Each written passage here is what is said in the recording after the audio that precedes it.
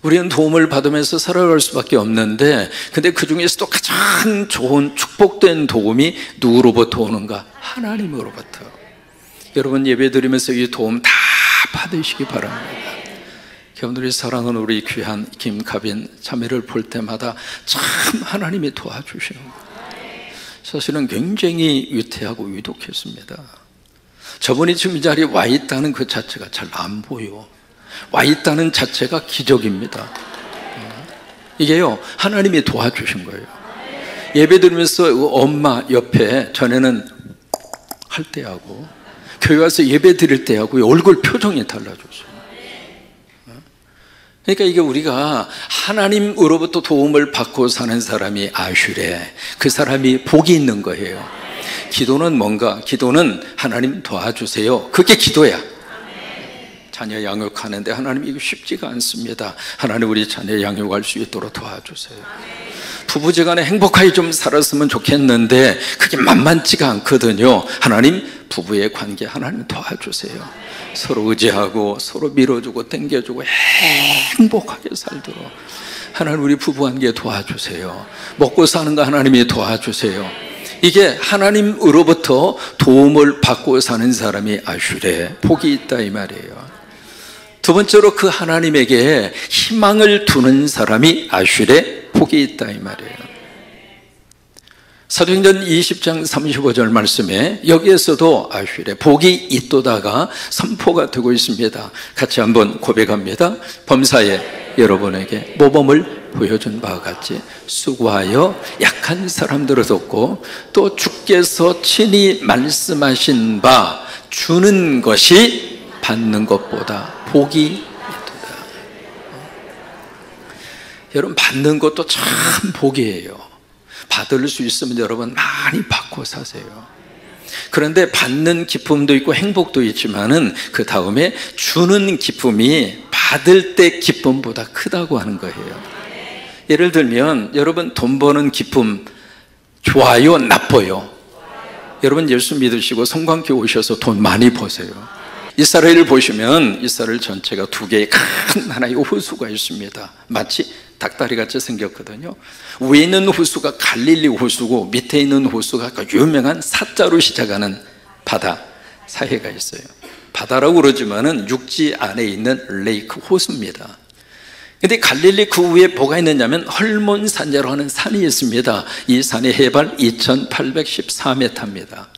거기 이제 눈이 만년설이거든요. 그 눈이 내려서 그 물이 계속 어디로 흘러가는가? 갈릴리로 흘러가요. 그러면 갈릴리는 그 물을 다 받아서 요단강을 통해서 어디로 흘러보내는가? 사해로 흘러보냅니다. 그러면 갈릴리는 그냥 받아서 주는 것 뿐이에요. 사해는 계속 받아요. 사해는 더 이상 흘러갈 수 있는 지형적 위치가 아닙니다. 거기는 막혔습니다. 그래서 들어오는 모든 물을 다 사해는 이것도 내 것, 저것도 내 것, 내 것도 내 것, 그게 사해예요.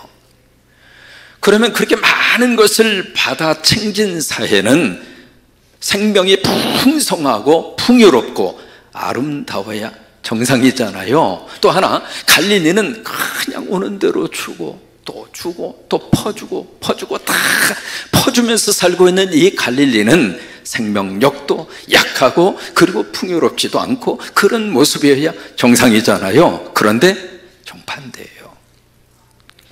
갈릴리에는 거기에는 어종이 153마리 어종이 있습니다. 얼마나 고기가 많은지 모릅니다. 고기가 얼마나 많으냐면 닐낚시를 하는데 미끼를 거의 다 끼우지 않아요. 낚시만 던져서 막 감으면 고기가 하도 많으니까 주일날 교회 안 가고 외출 나온 고기가 오다 가다 눈에 끼어서 나오고 지느러미에 끼어서 나오고 꼬리에 걸려서 나오고, 제가 낚시하는 사람을 옆에서 제가 봤어요. 그렇게 어족이 풍성합니다. 그리고 경치가 너무 아름다워요. 그리고 거기에 많은 도시들이 그렇게 발달이 되어 있습니다. 여러분, 그것이 무엇을 말해주는가? 이 사회는 그냥 내 거라고 해서 끌어안고 있는 사회는 생명력이 살 수 없는 죽음의 바다 사회가 됐어요. 받는 것보다 주는 것이 더 복이 있어요. 여러분, 미국의 아이다호 하면 거기에 주 특산물이 뭐냐면 감자입니다. 한국에서 우리 감자 하면 어디가 기억나요? 강원도 기억나죠? 이제는 바꿔야 돼요. 한국에서 감자 하면 산림농장. 산림농장 감자가 너무 맛있습니다. 어제 감자 축제를 했거든요.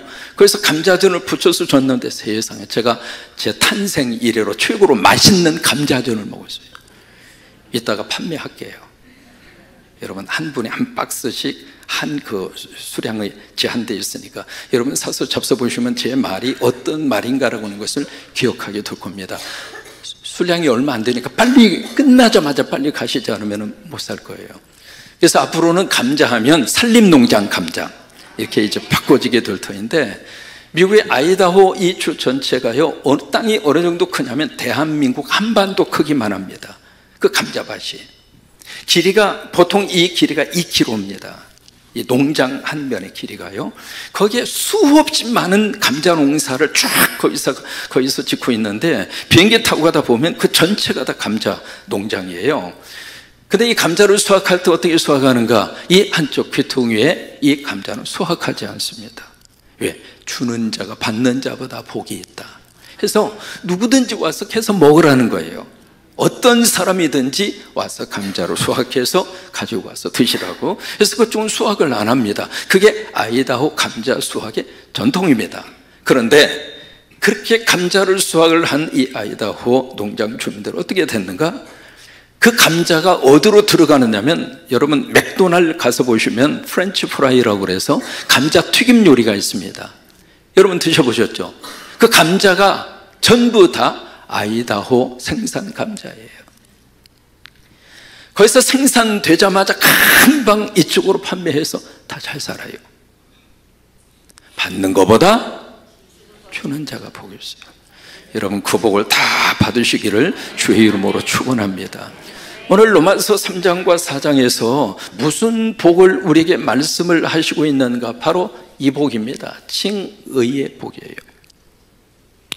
하나님으로부터 의인이라고 인정을 받는 사람에게 복이 있고 그 사람이 복이 있도다, 이 말이에요.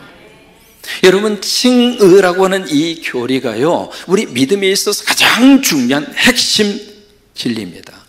그러니까 복음을 이야기하잖아요. 복음의 본질이 뭘까? 이거예요. 죄인된 우리들이, 여러분 죄인으로 있으면 어떻게 되는가? 벌받고 지옥 가요. 근데 이 죄인된 우리를 하나님이 딱 보시면서 예수 믿으니까 내 안에 누가 계시는가? 예수님이 계시는 거예요. 예수 믿으면 여러분 안에 누가 계세요? 예수님이 계세요. 따라서 한번 하실까요? 내 안에 예수님이 계신다. 그렇게 인정하면 아멘. 여러분, 예수님과 함께 살고 있는 거예요. 그러니까 예수님을 보시면서 하나님이 죄인이기 때문에 심판해서 지옥으로 보낼 순간에 딱 보니까 내 안에 예수님이 계시거든. 그 예수님을 딱 보시면서 너는 의인이야. 그러면서 칭의를 해주신다, 이 말이에요. 이것은 법적인 용어입니다. 그래서 의인이라고 이렇게 여겨주고 의인이라고 판결을 해주는 거예요. 그러면 이 의인이 되면 어떤 역사가 나타나게 되는가? 하나님의 자녀가 되고 구원받아 천국 가는 거예요. 근데 이 칭의를 하나님이 어떻게 우리에게 주시는가? 그 앞에 붙어있는 단어가 있잖아요. 이 칭의라고. 우리가 믿을 때 하나님이 우리를 의롭다고 인정을 해주신다고 하는 거예요. 이게 지금 로마서 3장과 4장의 가장 중요한 주제입니다. 그러면 이 주제를 우리에게 딱 말씀을 하시면서 두 사람을 증인으로 그들에게 내세웁니다. 여러분, 율법에 의하면은요, 증인이 증인으로 성립이 되려면 두 사람 이상의 증인이 필요하거든요. 그래서 가장 먼저 나온 사람이 바로 누구냐면 아자로 시작하는 믿음의 조상이 있습니다. 누구일까요? 아브라함이에요. 그 다음에 이스라엘의 왕 중에서도 가장 이스라엘 백성들이 사랑하고 많은 시편을 우리에게 남겨준 왕이 있습니다. 다자로 시작해요. 다윗이에요. 이 두 사람을 우리들에게 딱 내세우면서 자 볼까? 아브라함이 어떻게 하나님으로부터 의인으로 인정받았는가 한번 살펴보자, 이거예요. 다윗이 어떻게 하나님으로부터 죄를 용서받고 마음이 아픈 자가 되고 하나님께서 의로운 자라고 하는 그 축복을 다윗이 어떻게 받았는지 한번 살펴볼까? 그 말이에요. 여러분, 이 아브라함은 유대인들 입장으로서는 그들에게 있어서는 조상이잖아요. 성경에 예수님 외에 가장 중요한 인물 가운데 한 분이 아브라함이에요. 그래서 1절 말씀에 로마서 4장 1절의 말씀이 이렇게 시작이 됩니다. 자, 1절로 가서 같이 한번 읽습니다. 그런즉 육신으로 우리 조상인 아브라함이 무엇을 얻었다 하리요? 질문합니다. 여기 육신으로라고 하는 말이 2절로 가서 보시면 행위라고 하는 말로 재해석을 합니다. 아브라함이 자기가 육적으로 막 노력을 하고 땀을 흘리고 수고를 하고 연구를 해서 그렇게 해서 아브라함이 얻는 게 뭐야? 그 질문이에요. 그래서 2절 말씀에, 그래서 1절의 말씀을 2절에 가서 다시 한번 그들에게 확인을 시켜주고 있습니다. 만약에 아브라함이 행위로서, 다시 말해 육신으로라고 하는 그 말씀의 구체적 의미를 설명하고 있는 거거든요. 아브라함이 무슨 행동을 통해서 그가 하나님으로부터 너는 의롭다, 넌 나의 자녀다, 네 죄 다 용서했다, 그렇게 만약에 그것을 받았다면 자랑할 것이 있었을 것이다. 그런데 아브라함은 그런 게 전혀 없었다.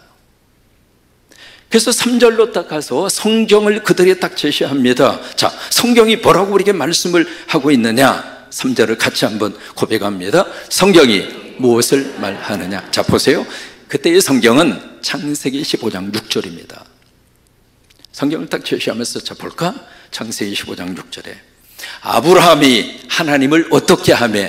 믿음에 그것이 그에게 뭐가 됐어요? 의로 여겨진 바 됐다. 수동태입니다. 누군가로부터 내가 그렇게 인정받았다, 그 말이에요. 여겨졌다고 하는 말을 영어로 크레딧이라고 합니다. 아브라함에게 의롭다고 뭔가 크레딧을 주고 싶은데 크레딧을 줄 만한 게 아무것도 없어요. 왜? 크레딧을 얻을 만한 행위가 아무것도 없으니까. 그런데 아브라함이 누구를 믿었어요? 그게 누구를 믿었어요? 하나님을 딱 믿은 거예요. 딱 믿으니까 하나님이 그 아브라함의 믿음을 딱 보면서, 그래, 그 믿음을 보고 하나님이 의로 여길 만한 크레딧을 아브라함에게 준 거예요. 그렇게 해서 아브라함이 의롭다 인정을 받지 않았느냐? 여러분, 다윗 하면 참 위대한 인물이잖아요. 그런데 다윗 죄 짓지 않았어요? 조금 성경 지식이 있는 분은 금방 눈치챌 겁니다. 다윗이 무슨 죄를 범했던가 여러분 기억하시죠? 부하의 아내를 취해서 간음죄를 범했죠. 그게 들통날까 봐서 어떻게 했어요? 그 남편을 참 머리도 영리해요. 쥐도새도 모르게 완전 범죄로 꾸미려고 그러다가 그 부하가 말을 안 들으니까 안 되겠다, 없애버리자. 그래서 적진에다 깊이 들여넣어서 싸우는 척하면서 후퇴하고 죽게 만들었잖아요. 다윗의 입장으로서는 이 죄가 알만한 사람이 있어요, 없어요? 인간 가운데에는 요압 외에는 아무도 몰라요. 완전 범죄로 한 거예요. 그래서 죄가 덮어졌다고 생각을 했는데, 자, 볼까요? 내가 덮는다고 덮어집니까? 내 속에 있는 양심이 자꾸 나에게 말하잖아요. 세월이 약이라고 하지만 여러분, 죄는 세월이 약이 아닙니다. 계속 그게 기억나는 거예요. 그게 죄예요. 근데 이 다윗이 시편 32편 1절과 2절의 말씀을 여기다 인용을 하고 있거든요.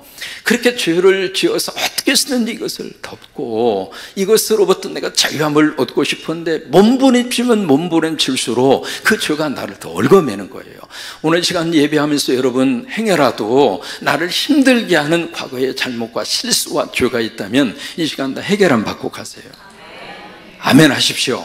다 해결함 받고 가세요. 이게 복음의 거룩한 역사입니다. 그러면 다윗이 어떻게 이 문제를 해결함을 받았는가? 세 가지예요. 그것이 7절과 8절입니다.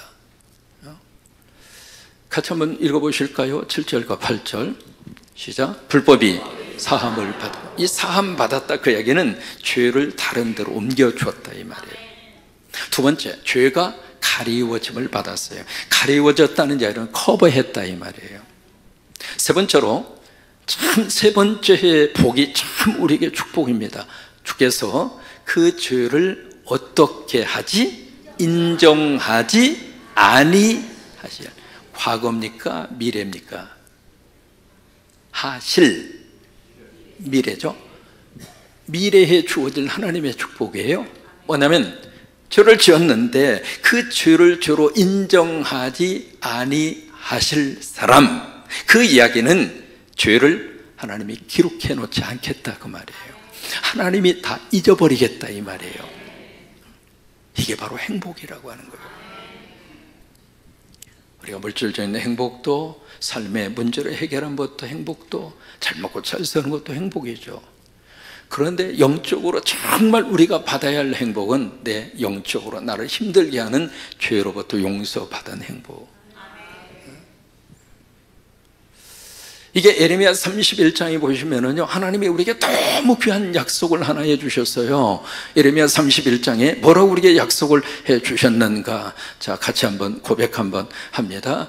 내가 그들의 악행을 사하고 다시는 그 죄를 기억하지 아니하리라.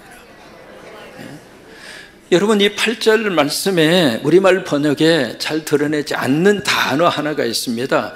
그 단어가 결코라고 하는 단어입니다. 영어 번역은 이것을 제대로 살려냈습니다. 그래서 never라고 하는 단어를 썼거든요. 헬라어로 우메라고 하는 단어가 나옵니다. 근데 그 단어가 우리말 번역에는 사실은 잘 살려내지를 않았습니다. 그래서 원래 이 8절의 말씀을 읽을 때 어떻게 읽어야 되냐면, 주께서 그 죄를 결코 인정하지 아니하실 사람. 결코라고 하는 말이 8절에 딱 들어가 있어요. 자, 스크린 보시면서 크게 한번 결코를 넣어서 크게 읽으세요. 시작. 주께서 그 죄를 결코 인정하지 아니하실 사람은 복이, 그 사람이 아슈레 복이 있단 말이에요. 결코. 사람은 결코 안 잊어버려요. 참 묘합니다. 다른 것은 다 잊어버리는데 상대가 나한테 잘못하거나 상대가 나한테 아픔을 줬거나 상대가 결정적인 실수한 것은 꼭 기억해서 그건 안 잊어버립니다. 결코 잊어버리지 않습니다. 그래서 비슷한 상황이 이렇게 딱 등장하면 당신 그때 그랬잖아. 야, 영리히요. 근데 하나님은 결코 기억하지 않으리라. 그래서 이 결코라고 하는 말이 사실은 이 8절 속에 들어있기 때문에 저는 이 말씀이 이 8절 속에서 우리에게 주시는 칭의의 너무 귀한 축복의 단어입니다. 내가 결코 내 죄를 기억하지 않으리라. 여러분, 오늘 이 복을 받으시고 복받은 자로 사시기를 바랍니다. 복받은 자로 사시기를 바랍니다. 여러분, 이게 하나님이 주시는 메시지예요. 여러분, 시편, 여기에 다윗이 했던 시편 32편 1절로 2절의 말씀을 인용한 건데, 그러면 시편 32편 1절과 2절의 그 다윗의 믿음의 고백이 무엇을 전제로 했는가? 회개예요. 여러분, 우리가 이 신이라고 그러니까 믿음만 있으면 되는구나, 그렇게 생각을 해서 나 예수 믿습니다. 맞아요. 그럼 구원받아요. 근데 그 믿습니다 라고 하는 그 믿음의 그 단어 속에 또 하나 반드시 들어가야 할 단어가 회개예요. 여러분, 회개하지 않으면 믿음이 안 생깁니다.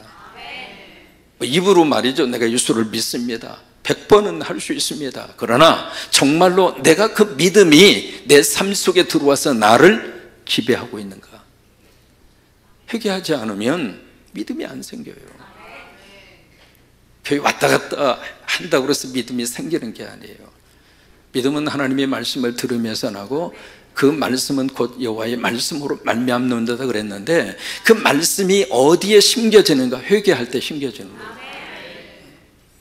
이게 바울이 복음을 전하면서 사도 바울이 예수를 믿어라 그러면 너와 내 집이 구원을 받으리라. 맞아요. 그런데 믿으라 라고 하는 그 말씀 속에는 예수만 믿어 그러면 하나님이 나를 의롭다고 인정하시고 천국 가게 해줄 거야, 그렇게 생각하시는데, 여러분 그 단어 자체 속에 주 예수를 믿어라 라고 하는 그 말씀 속에는 회개하고 믿어, 그 말이에요.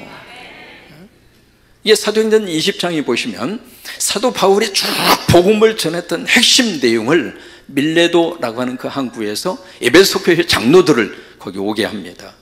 마지막 떠나기 전에 그들에게 에베소 사역을 압축하면서 했던 말이 있습니다. 자, 사도행전 20장 20절로 21절이에요. 유익한 거 무엇이든지 공중 앞에서나 각 집에서나 꺼리낌 없이 당신들에게 나는 가르쳤어. 그 얘기예요. 만약에 유익이 된다면 나는 꺼리끼지 않았어. 이 설교를 듣고 누구는 삐치지 않을까, 이 설교를 듣고 누구는 그냥 교회를 떠나지 않을까, 나 그런 거 상관하지 않았다, 그 말이에요. 신앙생활하는 데 있어서 정말로 이것이 여러분들에게 유익이 되고 신앙생활은 이렇게 해야 된다라고 하는 것을 사도 바울은 누구도 눈치 보지 않았다, 이 말이에요. 여러분 그게 중요하지 않겠어요? 그리고 하는 말이 그 다음 절에 보실까요? 유대인과 헬라인, 무슨 얘기냐면 이방인이든 유대인이든 꺼리낌 없이 뭘 전했는가? 하나님께 대한 뭐예요? 회개입니다. 회개하라 이 말이에요. 여러분 회개가 뭐예요? 하나님께로 돌아오는 거잖아요. 돌아오기 위해서는 어떻게 해야 돼요? 지금까지 하나님 없이 살았던 과거는 끊어야지. 그걸 계속 하면서 하나님 앞에 와서 하나님 나에게 믿음 주시고 복 주세요. 하나님 뭐라고 그런 줄 알아요? 끊고 와. 그러면 내가 복 줄게. 그런데 하나님 이거 끊기 싫어요. 그런데 복은 받고 싶어요. 그럼 뭐라고 그런 줄 알아요? 둘 중 하나만 선택해요. 우리는 모두를 다 함께 가지려고 그래요. 세상의 재미도 보고 영적인 은혜도 받고 세상의 쾌락 속에도 좀 빠져 들어가고 싶고 영적인 복도 함께 누리고 싶고, 아니 그게 어디가 있냐고요.